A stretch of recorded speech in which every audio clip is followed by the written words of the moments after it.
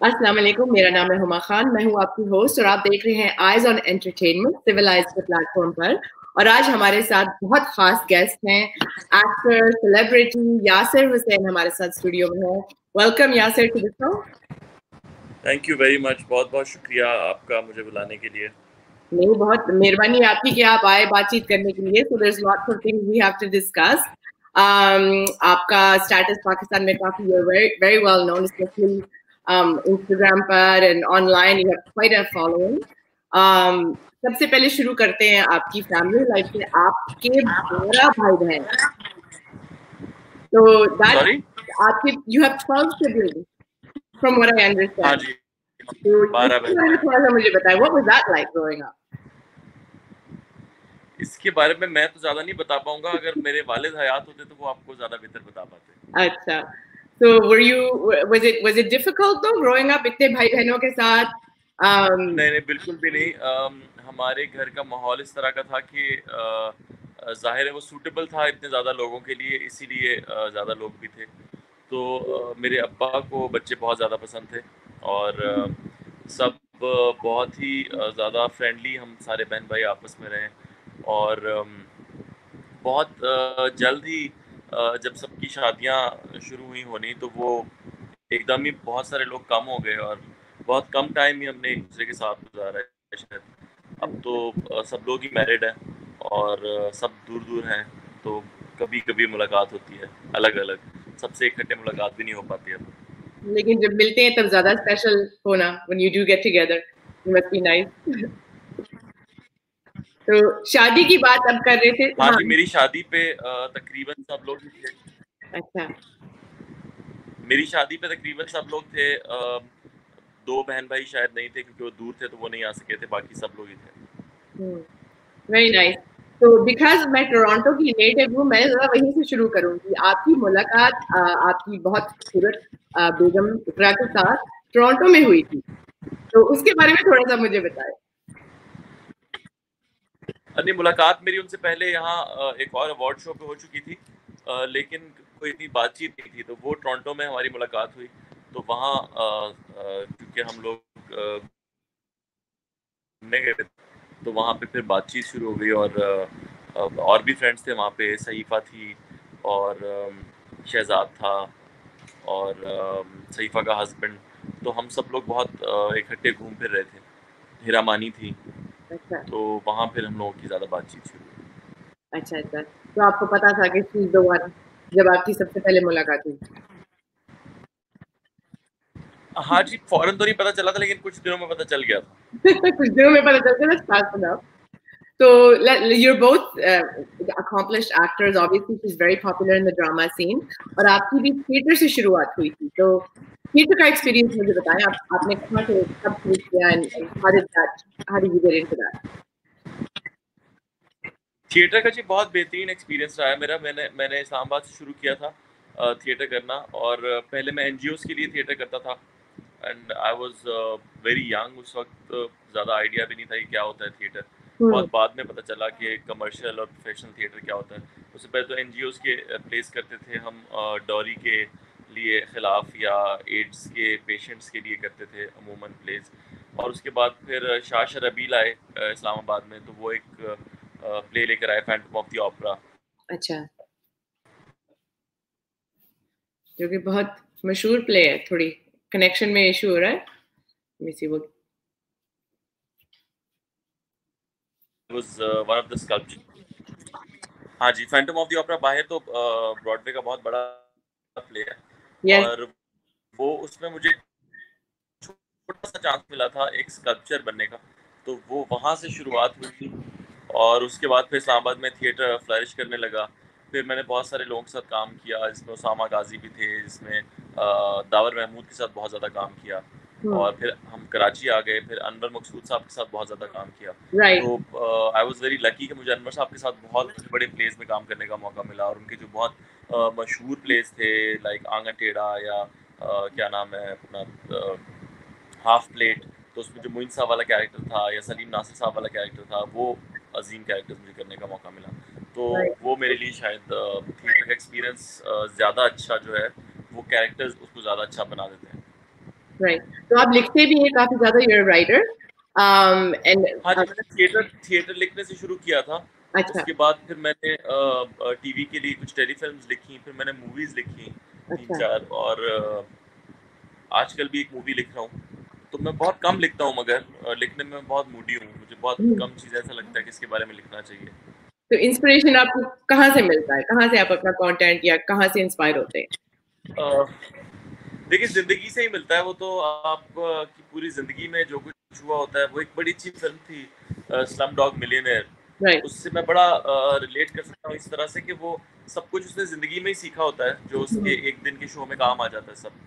तो वो हम सब ने ही अमूमन हम ज़िंदगी से ही सीखते हैं। सुनी-सुनाई बातें होती हैं या किसी और की कही हुई बात जो हमने पढ़ी होती है, वहाँ से हम उसे उठाते हैं और उसको थोड़ा तोड़-मरोड़ के अपने एक्सपीरियंस में ला के और उसको चेंज करके लिख देते हैं। वो एक बड़ा खूबसूरत शेर है किसी का, मुझे शायद का नाम तो याद नहीं है, वो है कि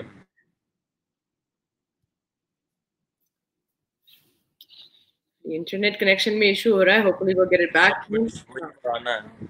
दुनिया में कोई बात नई चीज़ तो कुछ भी नहीं है। आप अगर कोई फ़िल्म देख लें या कोई प्ले देख लें, कोई सीरीज़ देख लें, तो उसका आइडिया, सेंटर प्लॉट वही होगा।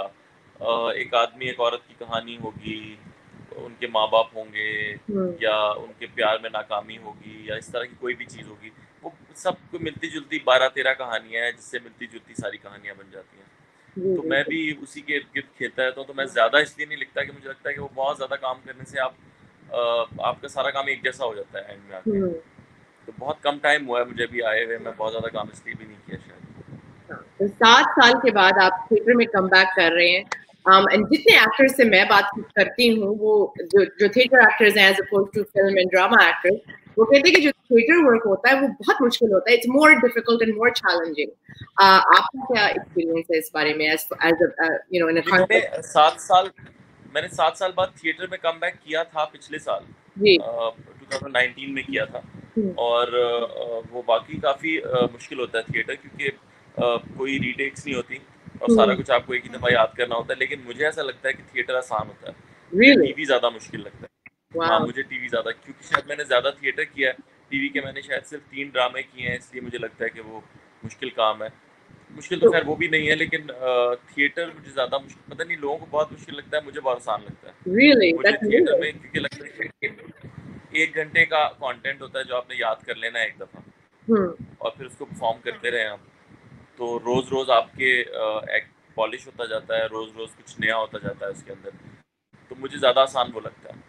Wow, that's amazing. That says, you know, that shows your, you know, ability to act, because it's very difficult for a lot of actors. They find it more difficult to memorize the lines. There's no editing, and वहाँ पे आप, मतलब if you, It is difficult to memorize all the lines, and it is difficult to act without a retake, hmm, और जो भी है live है। मगर देखिए ना, अगर आप एक शो कर रही हैं, आप हर शो में मिलते जुलते ही मगर डिफरेंट सवाल करती हैं सबसे। जी, अगर आपका फॉर्मेट एक ही हो कि आपने 12 सवाल याद कर लिए हैं hmm, और आपने रोज जाके वही करने हो, तो आपको आसान लगने लगेगा that's कुछ true. दिनों में। Good point. Good point. और दूसरे बंदे के जवाब उसको डिफरेंट बना रहे हैं, जैसे कि थिएटर की ऑडियंस अपने रिएक्शन से उसको डिफरेंट बना देती है शो को, वरना तो शो वही होता है। Hmm, लेकिन हमारे लिए, एक्टर्स के लिए, हमें लगता है कि रोज नया शो है, क्योंकि रोज नई ऑडियंस होती है। right. तो फिर हमें आसान लगने लगता है। एक पॉइंट आता है, शायद ये दूसरा पर्सपेक्टिव है, लोग उस नज़र से नहीं देखते इसको, लेकिन जिन्होंने ज़्यादा थिएटर किया उन्हें वो शायद मेरी बात से इत्तेफाक करेंगे। So drama करते हुए आपको, मतलब what's the difficult thing that you saw that as opposed to the on stage theater acting? उसमें क्या आपको challenging लगा? क्योंकि as as a theatre actor, अगर आप हॉलीवुड में भी देखें, तो वहाँ पे जो थिएटर के एक्टर होते हैं वो इवेंचुअली मूवीज में जाते हैं, जी, क्योंकि थिएटर एक ऐसा मीडियम है जिसकी टिकट्स बिकती हैं। मूवी hmm, भी एक ऐसा मीडियम है जिसकी टिकट्स बिकती हैं। right. थिएटर एक ऐसा मीडियम है जिसमें अगर आप एक्ट कर रहे हैं तो आपकी पूरी बॉडी एक्ट कर रही है, Hmm, आपका सिर्फ फेशियल एक्सप्रेशंस नहीं आ रहे। तो फिल्म में भी यही होता है कि दूर का मीडियम है, बड़ी स्क्रीन होती है, आप भाग रहे हैं, आप जो भी कर रहे हैं, आपकी पूरी बॉडी एक्ट कर रही है, तो आपकी बॉडी लैंग्वेज बड़ी काउंट करती है। फिर दोनों मीडियम्स थोड़े से लाउड होते हैं hmm, acting wise, performance wise.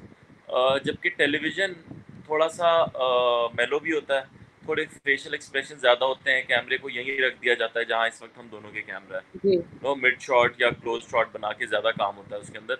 Long तो बस स्टार्ट में दिखाते हैं कि कोई बैठा हुआ है तो बस वो दिखाते हैं, और फिर एंड में जब वो उठ रहे हैं तो दिखाते हैं। बाकी पूरी बात इसी तरह होती है जैसे आप और मैं बात कर रहे हैं, जी पूरी बॉडी आपकी एक्ट नहीं कर रही होती, तो मुझे थोड़ा सा ज़्यादा फेक लगता है वो। क्योंकि जब आप नॉर्मली आप कुछ कर रहे होते हैं तो आपकी टांग भी कहीं हिल रही होती है, आपके हाथ भी मूव कर रहे होते हैं, आप पीछे भी मुड़ के देख लेते हैं, लेकिन टीवी में ये कम होता है। टीवी में बस आप कैमरे को देख के या तो लाइंस बोल रहे होते हैं, या कैमरे के साइड में देख के लाइंस बोल रहे होते हैं, या सामने वाले बंदे को देख के लाइंस बोल रहे होते हैं। आप बहुत ज़्यादा एक्ट नहीं कर रहे होते, तो मुझे शायद इसलिए वो थोड़ा सा मुश्किल लगता है राइट कि यू मेरी लाइक ट्रेनिंग पूरी बॉडी की एक्टिंग की है शायद।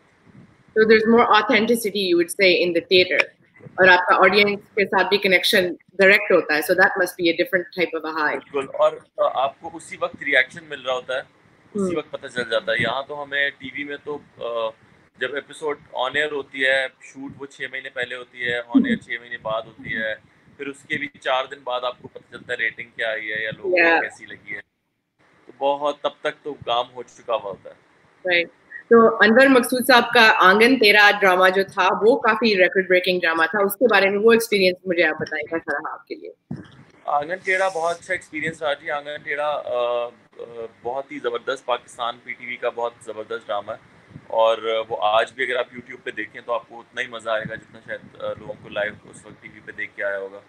तो वो उस चीज़ को दोबारा बनाना और थिएटर पे करना बहुत अच्छा एक्सपीरियंस था। मुझे लगता था कि मुझे अभी भी लगता है कि मेरी ज़िंदगी के का अगर कोई बेस्ट काम है अभी तक तो वो वही आंगन टेढ़ा है, और बहुत सारा क्रेडिट जाता है उसमें डायरेक्टर दावर को और अनवर साहब को। तो ऑब्वियसली उनकी लाइंस ऐसी हैं कि मतलब वो एक एक लाइन आप बोलते हैं और लोग उस पर पागल हो रहे होते हैं सुनकर। Right, तो वो अनवर साहब का ही कमाल है कि वो इतनी हैवी लाइंस लिख देते हैं इतनी आसानी से।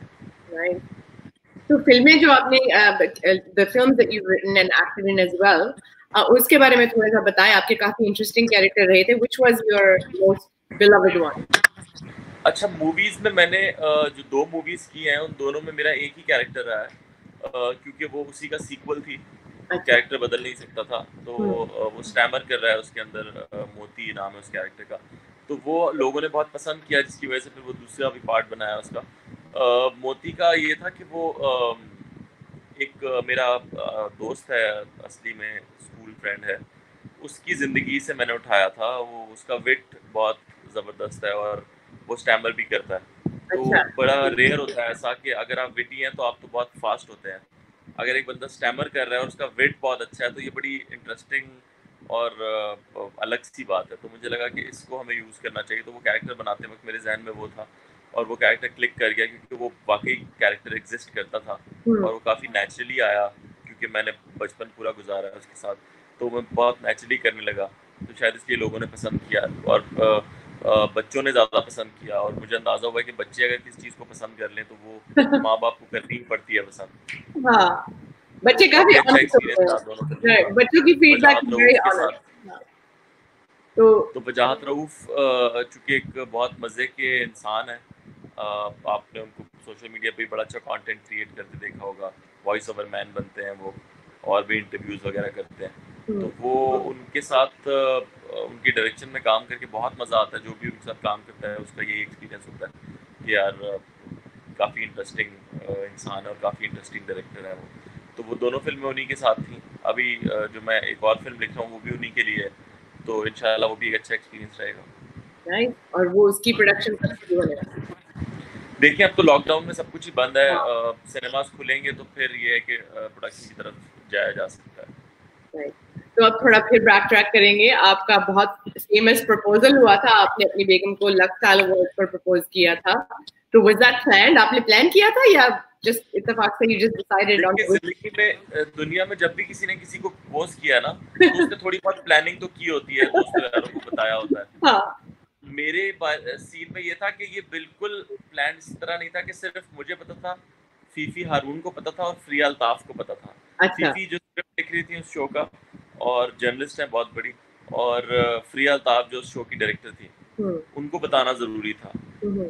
उन दोनों को पता था, बाकी किसी को भी नहीं पता था। मेरे जो दोस्त सामने बैठे हुए थे क्राउड में उनको उन तक को नहीं पता था।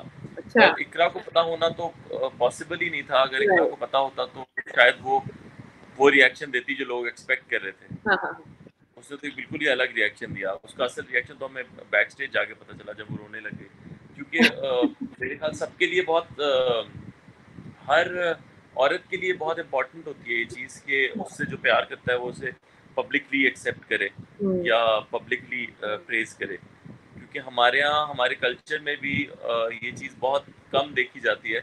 हमारे यहाँ अक्सर लोगों ने सुना होता है कि यार किसी ने किसी को गली में मारा है, लेकिन ये नहीं सुना होता कि किसी ने किसी को गली में प्यार किया नो, या उसका हाथ पकड़ के चल रहा है। ये बहुत कम देखा गया है। तो इसलिए लोगों को बहुत नई चीज़ लगी। मैं ये नहीं कहूँगा लोगों को बुरी लगी, लेकिन लोगों को नई ज़रूर लगी। आज भी मुझे लड़कियां मिलती हैं या आंटीज मिलती हैं तो वो यही कहती हैं कि यार उससे क्यूट चीज़ हमने नहीं देखी, क्योंकि वो शायद शौहर से एक्सपेक्ट करती हैं या अपने बॉयफ्रेंड से एक्सपेक्ट करती हैं कि वो इस तरह करेंगे, लेकिन हमारे यहाँ अमूमन ऐसा करते नहीं है लोग। आई डोंट नो क्यों, मगर मैंने देखा है कि सबसे ज़्यादा लोग अपनी बीवियों से शर्मा रहे होते हैं या अपनी गर्लफ्रेंड से शर्माते हैं, वो लोगों की बीवियों और गर्लफ्रेंड से नहीं शर्माते। तो ये काफ़ी अजीब बात है, इसको थोड़ा सा अब चेंज होना चाहिए। आई डोंट नो किसने ये डर लड़कों में पैदा किया है, मुझे नहीं लगता। मुझे तो लगता है कि मर्द होता ही वो है जो अपनी बीवी को प्यार करे, उसकी इज्जत करे, उसको संभाले। और तो मर्द होने के लिए कोई ज़्यादा ख़ास क्वालिटीज़ की ज़रूरत नहीं है, वरना आजकल तो ख़वातीन इस कदर आगे हैं हर फील्ड में, हर चीज़ में, तो मर्दों से भी आगे हैं वो। तो यही तो एक वाहिद चीज़ है जो मर्द को मर्द बनाती है शायद।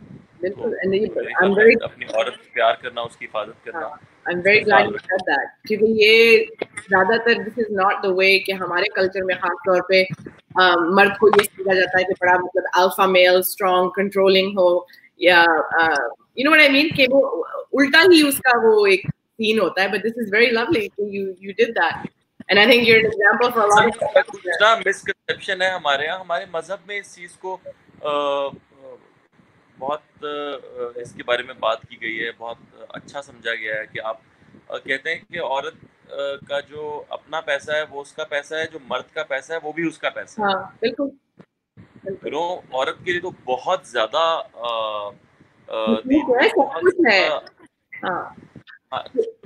क्या कहते हैं उसे, आसानियाँ हैं, और हमारे कल्चर में उतनी ही ज़्यादा मुश्किलात हैं। Unfortunately. लेकिन अगर देखा जाए, मतलब इस्लाम came down for the protection of women, and उसमें मतलब जितने हुकूक औरतों को दिए हुए हैं वो unfortunately हमारे कल्चर में for whatever reason you know, या तो औरतों को भी नहीं पता होता उनके क्या राइट्स हैं, तो वो you know they live in a way। मुझे लगता है कि आदमी है तो ये एक मर्द की सोसाइटी, लेकिन मुझे लगता है कभी-कभी आदमी इतना स्ट्रांग होने के बावजूद बहुत डरपोक है। हमारे यहाँ मर्द औरत से बहुत डरते हैं। उन्हें लगता है कि कहीं ये हाथ से ना निकल जाए, उन्हें लगता है कहीं ये बहुत पावरफुल ना हो जाए, उन्हें लगता है कि कहीं ये ऐसा काम ना कर ले जो मैं नहीं कर सकता। जबकि ये बहुत फ़ख्र की बात है और बहुत बड़ी बात है कि आपकी बीवी, और फिर ये तभी फ़ख्र और आपके लिए फ़ख्र की बात बन सकती है अगर आप प्राउड फील करें अपनी बीवी के लिए। आप उसे जितना ज़्यादा ओन करेंगे उतना ही ज़्यादा प्राउड फील करेंगे।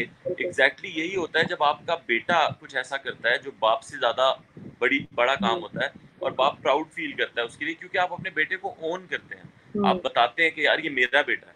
आप हर जगह बताना पसंद करेंगे कि मैं अगर कोई कहता है यार ये देखें इस लड़के का बाप जा रहा है, तो आपको फ़ख्र महसूस होता है कि यार मुझे मेरे बेटे के नाम से पहचाना जा रहा है। मगर हमारे यहाँ बुरा समझा जाता है कि किसी आदमी को उसकी बीवी के नाम से पहचाना जाए।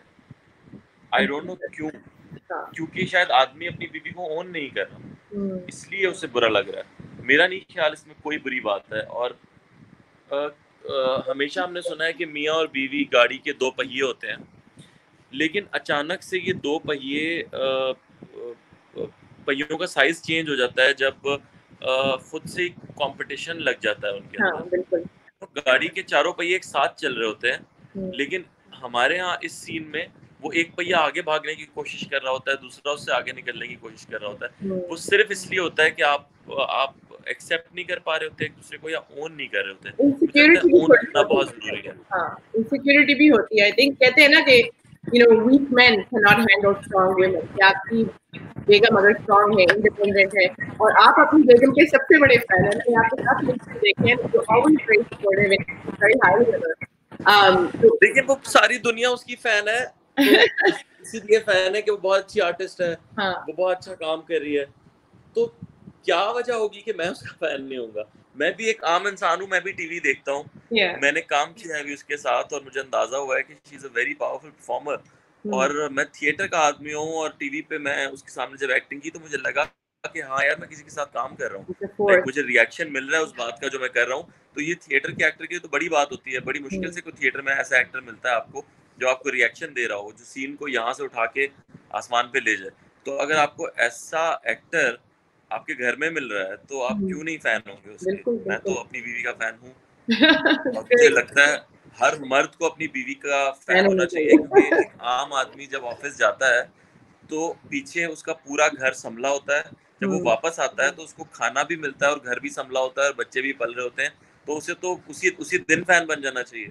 That's true. अगर कोई नहीं है अपनी बीवी का फैन तो जरूर कोई रीजन है उसके पीछे, कोई बहुत ही खतरनाक किस्म की, या फिर वो बहुत ही इनसिक्योर इंसान है। हाँ. और इनसिक्योर आदमी आदमी नहीं होता शायद, क्योंकि मेरे ख्याल में आदमी इनसिक्योर नहीं हो सकता। मुझे बड़ा अच्छा लग रहा है ये बातें सुन के, unfortunately in our community I see so much of the negativity and the patriarchy. मुझे बड़ा अच्छा लग रहा है कि you're very outspoken as is, and इसकी वजह से आप काफी controversies में भी फंस जाते हैं। So what do you think the reason is? You seem to be a very honest and outspoken person.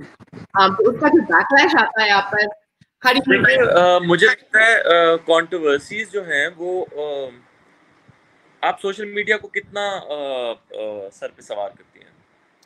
I'm active on social media, and उसका भी मतलब दो मगर सोशल मीडिया को आप कितना सीरियसली लेती हैं? It depends. क्या सोशल मीडिया की वजह से आप अपनी जिंदगी के बड़े फैसले करेंगी? नहीं करेंगी। क्या सोशल मीडिया की वजह से आप अपनी जॉब चेंज कर सकती हैं? मेरा नहीं ख्याल। नहीं ना? तो ये जब आप अपने मेन फैसले या अपनी नौकरी या अपना प्रोफेशन सोशल मीडिया की वजह से नहीं चेंज कर सकती, तो मैं अपना लाइफस्टाइल, अपना बोलने का अंदाज सोशल मीडिया की वजह से तो चेंज नहीं करूंगा। मैं जैसा हूँ मैं वैसा ही रहूंगा। तो सोशल मीडिया पे इतने ज्यादा फारिग लोग हैं अल्हम्दुलिल्लाह, जिनके पास करने को कुछ भी नहीं है। आप यकीन करें, मैं खुद 4 महीने से मैं और मेरी बेगम घर में हैं और हम फ्री हैं। तो हम जब सोशल मीडिया देखते हैं तो हमें अंदाजा होता है कि यार ये लोग गलत नहीं है। वो खुद भी तो, हर बंदा 4 महीने से फ्री है, तो वो अपने दिमाग के हिसाब से चीज़ों पे कमेंट कर रहा है। और मुझे ऐसा लगता है कि अगर मेरी कोई बात किसी को बुरी लगती है तो लोग जब उसके नीचे आके फाउल लैंग्वेज यूज़ करते हैं या गालियाँ देते हैं या इस तरह का कुछ करते हैं, तो मुझे लगता है कि इनको तो हक ही नहीं है अब मजीद कुछ करने का, क्योंकि उन्होंने तो ऐसी बात कर दी है जो उससे भी ज्यादा इंटेंसिटी की है। वेले लोग। तो मुझे लगता है कि वो जो भी मेरी कंट्रोवर्सी बनती है वो लोग बनाते हैं जिनके पास मजीद जिंदगी में कुछ करने को नहीं है। हाँ। और वो लोग मेरे लिए बिल्कुल मैटर नहीं करते। मेरे वो चंद लोग मैटर करते हैं जो सेंसिबली उस बात को लेते हैं, उस पे अपना पॉइंट ऑफ व्यू देते हैं। मुझे पॉइंट ऑफ व्यू देना बुरा नहीं लगता, ना मुझे पॉइंट ऑफ व्यू किसी का लेना बुरा लगता है। एक एक्टर ने पिछले दिनों कहा, मैं उनका नाम नहीं लूंगा, ऐसे उनके 400-500 फॉलोवर बढ़ जाएंगे, तो उन्होंने कहा कि यासिर जो है वो ओवररेटेड है। अच्छा। तो मुझे किसी ने कहा तुम्हें जवाब देना चाहिए। मैंने कहा यार उसका ओपिनियन है मेरे बारे में, वो ऐसा सोचता है, तो इसमें गलत क्या है? हाँ। मैं भी उसके बारे में ऐसा सोचता हूँ कि उसे एक्टिंग नहीं आती, तो ये मेरा ओपिनियन है उसके बारे में। मुझे इस बात के बाद वो देने की क्या जरूरत है? हाँ। सिर्फ इसलिए कि उसने मुझे कहा मुझे बुरा लगना चाहिए।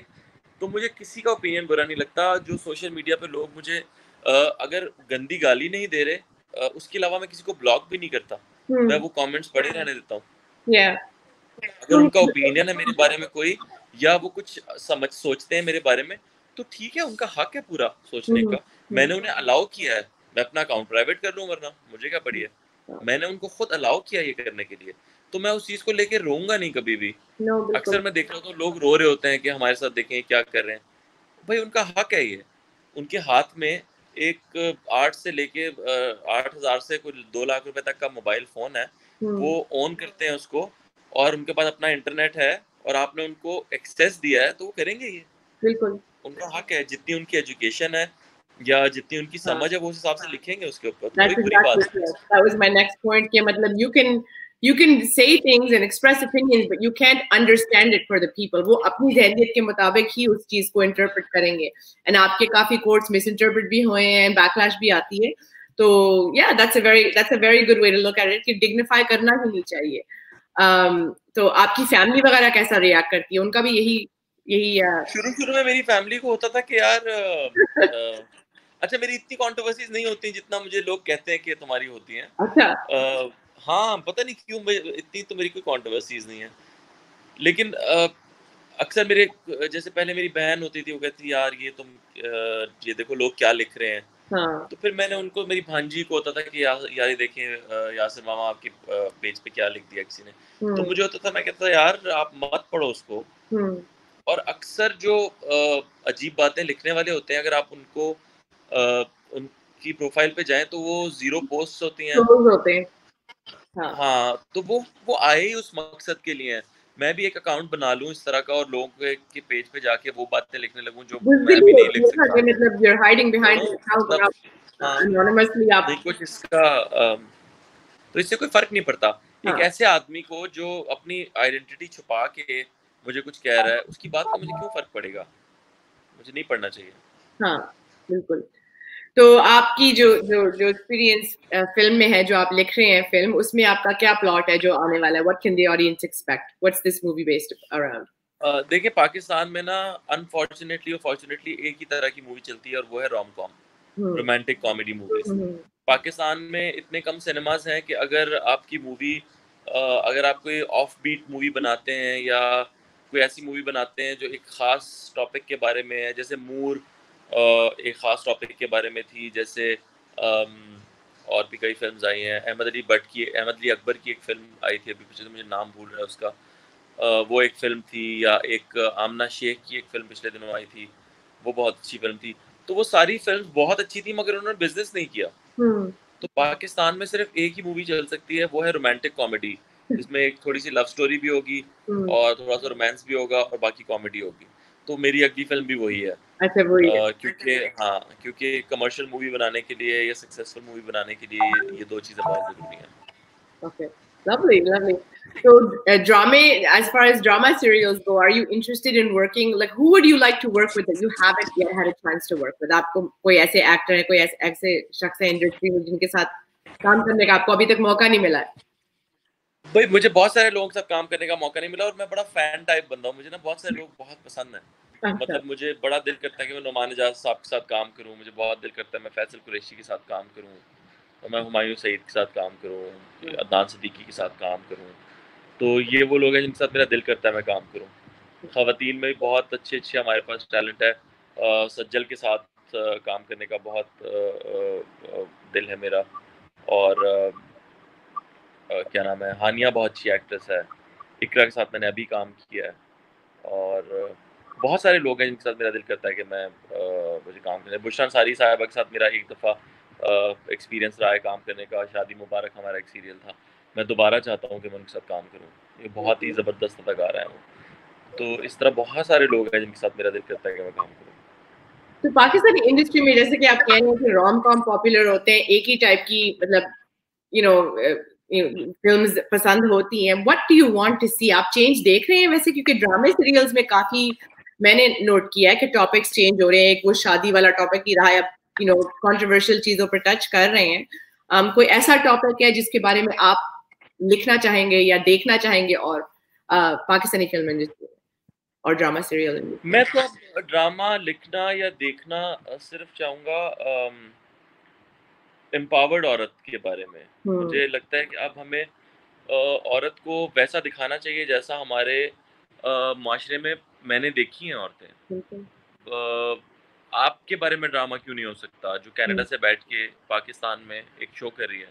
जी, यू नो ड्रामा सिर्फ एक ऐसी लड़की के बारे में क्यों होगा जो बड़ी मुसीबतों में जाके काम कर रही है, और वो बहुत घुटी हुई दबी हुई, जिसको एक आदमी बहुत तंग करने की कोशिश कर रहा है। हमेशा इन्हीं बारे में क्यों ड्रामा होगा? या मतलब वो लड़कियां भी तो हैं जो जिनको तंग करने की किसी की जरूरत नहीं है। बिल्कुल। उनके बारे में भी ड्रामा हो सकता है। शायद उन ड्रामों को देख के वो लड़कियां जो बहुत घुटी और दबी रहती हैं, उनको एक अपना आप पावरफुल फील करें वो, कि यार नहीं, ऐसी लड़कियां भी हैं। ये देखो इसने कैसे जवाब दिया, इस लड़के को ऐसे देना चाहिए जवाब। नो, तो हम तो वो जवाब दिखा ही नहीं रहे। राइट। हम तो ऐसे कोई डायलॉग्स लिख ही नहीं रहे जिसमें औरत मुंह तोड़ जवाब दे रही है। औरत बहुत हुआ तो वो पूरे 25 एपिसोड मार खाने के बाद 26वें में अपने शौहर को जवाब देती है ना। मैक्सिमम, या अपनी सास को जवाब देती है। तो मेरा ख्याल है कि हमें अब एम्पावर्ड औरतों के बारे में, जो ऑलरेडी एम्पावर्ड हैं, हाँ। उनके बारे में ड्रामे बनाने चाहिए। हमें हमारी एक्ट्रेसेस की जिंदगियों पे ड्रामे बनाने चाहिए। शायद हमें आई बुशरा एग्री। अंसारी की जिंदगी पे ड्रामा बनाना यस। चाहिए। यस। हमें उज़मा गिलानी की जिंदगी पे ड्रामा बनाना चाहिए, जिन्होंने कैंसर से लड़ी हैं जो। हम्म। नो, हमें बाबरा शरीफ की जिंदगी पे ड्रामा बनाना चाहिए, जिनकी अचीवमेंट्स हैं। हमें और ऐसे किरदार हैं हमारे माशरे में, उन पे ड्रामे बनाना चाहिए। अभी एक खातून है जो रक्षा चला रही है पाकिस्तान में, जी। नो, हमें उन पे ड्रामा बनाना चाहिए। जो तो फीमेल्स को ये लोग हैं जिन पे ड्रामे बनने चाहिए। देखो। ये कब बनेंगे मुझे तो आइडिया नहीं है। No, that's an excellent thing. And औरत मतलब ज्यादा इंडिपेंडेंट हो तो उसको, मुझे कहा जाता था like I am the black sheep of the family, कि तुम बड़ी मुंह फाट हो। मैंने कहा दैट्स ओके, मुंह फाट होना is good, and I think because you are honest and you are not afraid of anything. So I think that's a lovely thing. I hope that you do end up writing that, आप अपनी बेगम को ही cast कर लें उसमें। That would be a great great film और serial to look forward to. मेरे भाई की बेटी है, साउथ अफ्रीका में रहते हैं वो। हाँ। और जब मैं उस बच्ची को देखता हूँ तो मुझे अंदाज़ा होता है कि यार, अगर आपका बाप अक्लमंद हो और पढ़ा लिखा हो और इतनी समझ रखता हो, तो हम्म। आपके बच्चे या आपकी बेटियां ऐसी होती हैं। हाँ।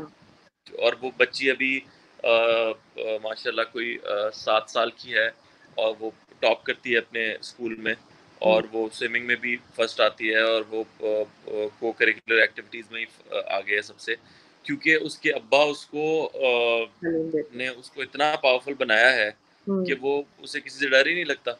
हम्म। वो तो बेधड़क आगे बढ़ती है। हमारे यहाँ तो पहले ही कह दिया जाता है बेटी को कि आप ये और ये काम नहीं कर सकते। बिल्कुल। मेरी एज फादर शायद ख्वाहिशात ज़रूर हों कि मेरे बच्चे ये बने, मगर ये मेरा फैसला या मेरा हक नहीं है कि मैं उन्हें वही बनाऊं।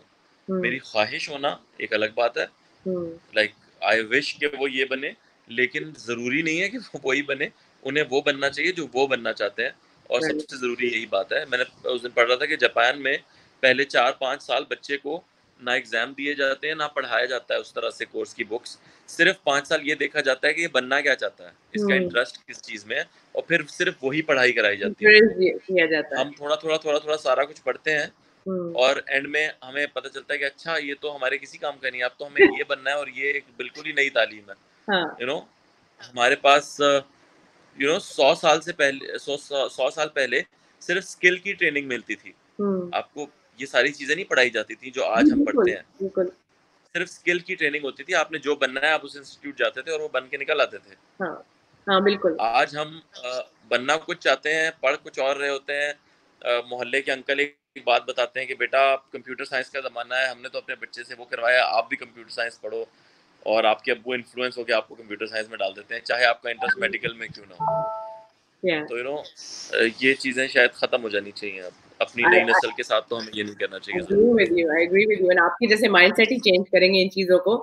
मैं समझती हूँ कि बच्चों में क्रिएटिविटी हमारे कल्चर में ज्यादा मतलब पुश नहीं करते हैं या इनकरेज नहीं करते हैं। ज्यादातर यही होता है doctor, lawyer, engineer. But I hope कि, लगता है आपके घर का माहौल अलग था कि आपको काफी सपोर्ट मिली थी फैमिली से जब आपने ये। हाँ जी, मेरे अब्बा चाहते थे कि मैं एक्टर बनूँ। अच्छा। उनकी पूरी सपोर्ट थी। मेरी अम्मा चाहती थी कि मैं एक्टर बनूँ, उनकी पूरी सपोर्ट रियली। थी मुझे। हाँ अच्छा। जी, वो दोनों की मेरी बहन का वो चाहते थे कि वो सिंगर बने।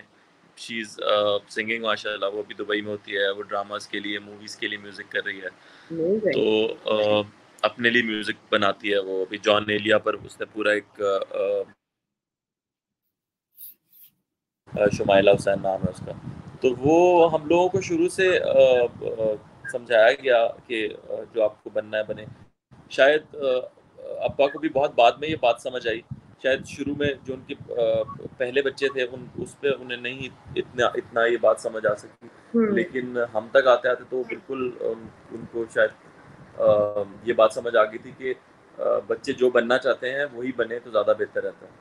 उसमें बच्चे भी खुश रहते हैं, आप भी खुश रहते हैं। बिल्कुल बिल्कुल। और ये कितनी मतलब दैट शोज कभी कोई बच्चा जाके ये तो नहीं कहेगा ना कि पापा मैं ड्रग एडिक्ट बनना चाहता हूँ या मैं डॉन बनना चाहता हूँ, ये तो कभी बच्चा नहीं जाके कहता, नहीं यू नो। नहीं बच्चा जाके एक सिंपल सी बात कहेगा ना कि मैं एक्टर बनना चाहता हूँ या सिंगर बनना चाहता हूँ, आप उसे मना करते हैं तो वो ड्रग एडिक्ट बनता है, जी वो बिल्कुल कभी ख्वाहिश नहीं लेके जाता कि मैं ये बनना चाहता हूँ। हाँ।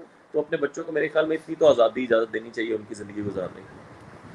This shows the parenting skills right, कि मतलब माँ बाप अपने बच्चे को खुशी चाहते हैं कि जैसे भी आप खुश हो, आप यू नो तरक्की उसी चीज में करोगे जो आपने की है, you know your proof of that. So that's amazing. Thank you so much. आपके साथ बात करके बड़ा मजा आया. I wish we had more time. अभी शो की थोड़ी closing हो रही है. But thank you, Yasser. And we look forward to seeing a lot of more work from you. खास तौर पे मैं तो देखूंगी for the independent woman drama film. So make sure you work on something like that. So that'll be a great change in the whole community. So thank you so much for being with us. Inshallah.